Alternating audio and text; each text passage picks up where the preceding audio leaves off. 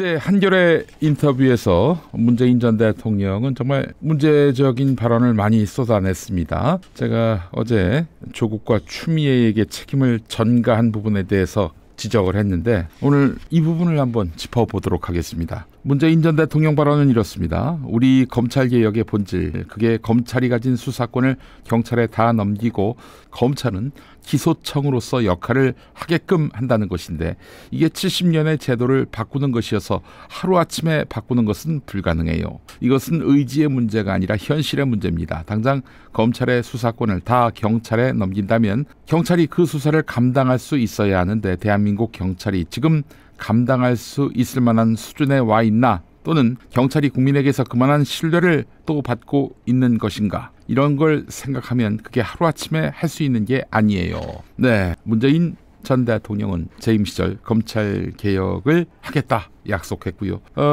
대통령 되기 전 후보 시절부터 여러 번 그 약속을 반복했습니다. 윤석열을 임명한 이유도 검찰 개혁이라고 이야기했었죠. 아마 틀림없이 검경 수사권 조정이라든지 공수처 설치와 관련해서 윤석열이 가장 강력하게 지지하겠다라는 뜻을 밝힌 것으로 알고 있습니다. 그 후보자 4명 중에 유일하게 윤석열이 말이죠. 근데 사실 이 같은 주장, 그제 한겨레 인터뷰에서 밝힌 경찰 혼자서 다 할 수 있겠는가, 검경 수사권 조정은 이상이 아니라 현실의 문제다, 이렇게 밝힌 부분은 말이 바뀐 거예요. 또 바뀐 그 말이 그동안 검찰이 검찰개혁을 반대하면서 떠들었던 논리와 한자 틀림없습니다. 검찰개혁, 네, 국회에서 입법을 통해 완성하면 됩니다. 아니 70년 동안 굳어져 왔기 때문에 아무것도 못한다, 이런 말이 어디 있습니까? 아니 당장 지난 문재인 정부 때 그때 기조하고 너무 다르잖아요. 다 바꾼다고 했잖아요. 근데 이제 와가지고는 의지의 문제가 아니라 현실의 문제다, 할 수 없다, 이러니까 정권을 내줬지요.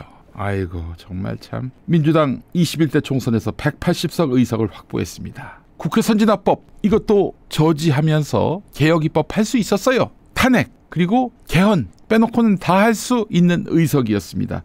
안 했잖아요. 모든 조건이 다 갖춰졌는데 안 했잖아요.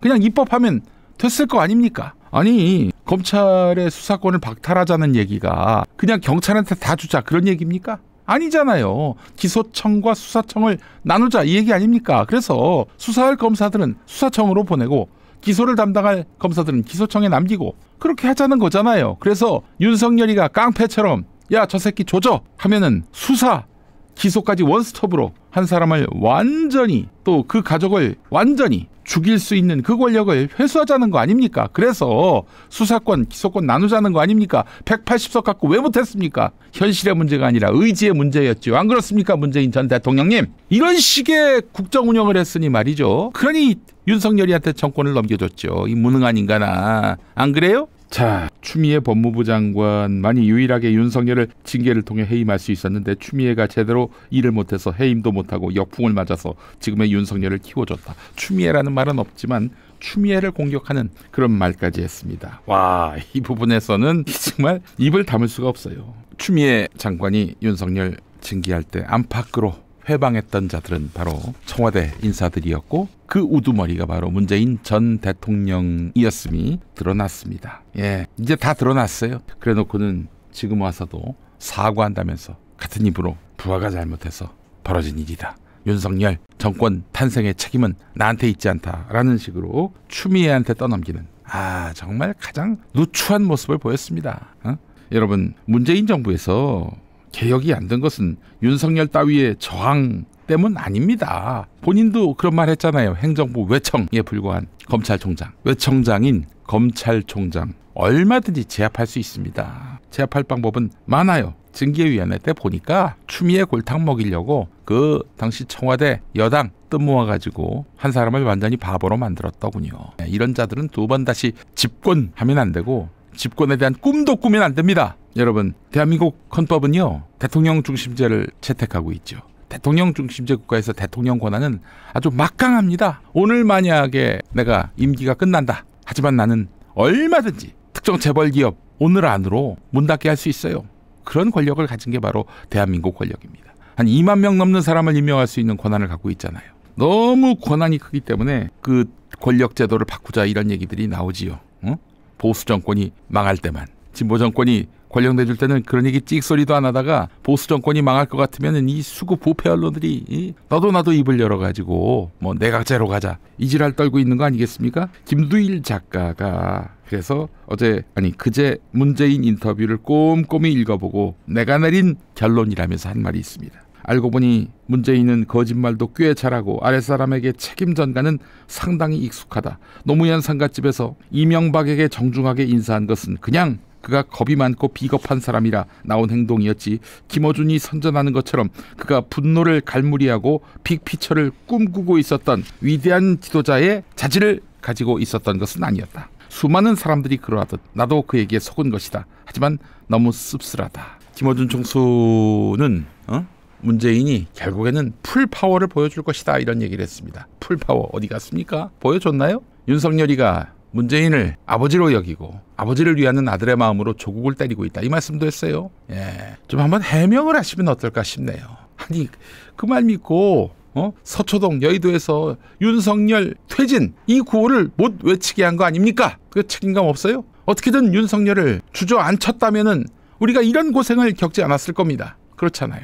지금까지 문재인을 역성 들면서 지난번 전당대회 때 문재인 영상 나왔을 때 야유 퍼붓는 사람을 그 당원도 아닌 사람이다 이렇게 또 매도하셨어요. 왜요? 우리 모두 3년 동안 문재인 때문에 이 고생을 했는데 요즘 친문들이 이재명 대선 승리를 걱정해주면서 통합과 화합을 위해서는 우리가 뭉쳐야 한다 이런 얘기합니다. 그리고 이재명 대표에게 포용하라 또 이렇게 얘기합니다. 결국은 당신이 대통령 당선될 거 아니겠는가 이런 말까지 하면서 말이죠. 네, 그러면서 또 이들이 들고 나오고 있는 논리, 그러니까 문재인 비판하지 말라고 하면서 들고 나온 논리가 이재명 대표도 그렇게 말하고 있다. 통합 화합 얘기하고 있고 지난 대선에서의 패배 책임은 나한테 있다라고 얘기하고 있으니 이재명 지지자 너희들도 조용히 있어라 이렇게 말하고 있습니다. 이재명의 언어가 있고 민주시민의 언어가 있습니다. 이재명의 언어와 민주시민의 언어가 같아야 합니까? 왜 같아야 하죠? 아니 우리가 대개명입니까? 왜 같아야 하죠? 통합 화합을 위해서 문재인 비판 그만하라 라면서 문재인에 대한 비판 민심을 억누르려는 목소리가 있는데 제가 한마디 하겠습니다.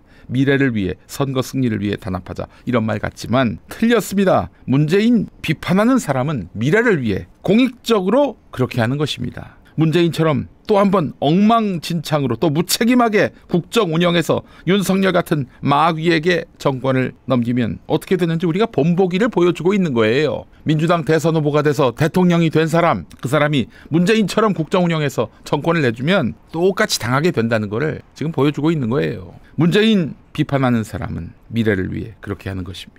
상상을 초월할 정도로 문재인은 우상화, 종교화 됐지요. 그 나락으로 떨어지는 모습을 보여줘야 이문덕 대깨문 소리가 난무하던 때의 찬양이 얼마나 비싼 것인지 똑똑히 일깨워줄 필요가 있습니다. 그 지지가, 그 성원이 얼마나 비싼 것인지 일깨워 주어서 나쁠 게 없습니다. 문재인은 그 성원과 지지를 사유화했고 자기 정권을 찌르고 후빈 윤석열에게 정권이 넘어가기까지 정봉주 표현으로 눈만 껌뻑껌뻑 했을 뿐이에요. 풀파워를 기대했던 사람들만 바보가 됐습니다. 이번에 보니까 윤석열 키워준 것에 대해서 조국 추미애한테 책임을 떠넘기는 비겁한 모습을 시전했다. 제가 말씀을 드렸죠. 그의 인품의 견적이 어떠한지 확인할 수 있게 돼서 다행입니다. 문재인은 실패의 교과서입니다. 이 교과서도 의미 있게 활용해야 다음을 또 그 다음을 기약할 수 있는 것입니다. 우리 국민은 선한 권력 의지가 있고 그것을 결실로 보여줄 지도자를 지속적으로 가질 권리가 있습니다. 잊혀지고 싶다라고 한 문재인 씨 본인 발언대로 잊혀지시기 바랍니다. 엉뚱한 소리 하지 마시고 특히 대선 개입하지 마시고 내가 그제 문재인 인터뷰에 대해서 격분하는 이유는 대선에 자꾸 개입하려고 해서 그렇습니다. 그 잘난 정무감각 왜 집권할 때는 보여주지 않았습니까? 왜 허망하게 윤석열 따위한테 정권을 넘겨줬습니까? 제가 목숨이 붙어있는 한 끝까지 문재인 책임론을 거론할 것입니다. 우리는 두 번 다시 윤석열 같은 악마와 마주하지 않을 그런 권리가 있습니다. 그 권리를 앗아가신 문재인 전 대통령님 가만히 앉아서 비판을 들으세요. 칭찬만 들으려 하지 말고 비판도 들으세요. 한 번 맡긴 정권을 이런 식으로 엉망진창으로 만들어 놓으면 얼마나 고통스러운 결과가 벌어지는지 본인도 깨달아야 하는 거 아닙니까? 지금까지 무슨 고초를 겪었어요? 수사를 받았습니까? 재판을 받았습니까? 우리 같은 그냥 허접한 나부랭이들도 지금 고통을 당하고 있는데 본인은 뭐 했냐 이거예요. 어떻게 따님 불구속 기소되고 그리고 부인 불기소돼서 무혐의 돼서 이제는 좀 나설 때가 됐다라고 판단하시는 겁니까? 나오지 마세요. 비판 들으세요. 우리 민주주의를 위해서 필요한 일입니다. 실패한 지도자는 반드시 응징을 받아야 한다. 이 교훈이 민주주의의 원리에 부합합니다. 공익에 합치됩니다.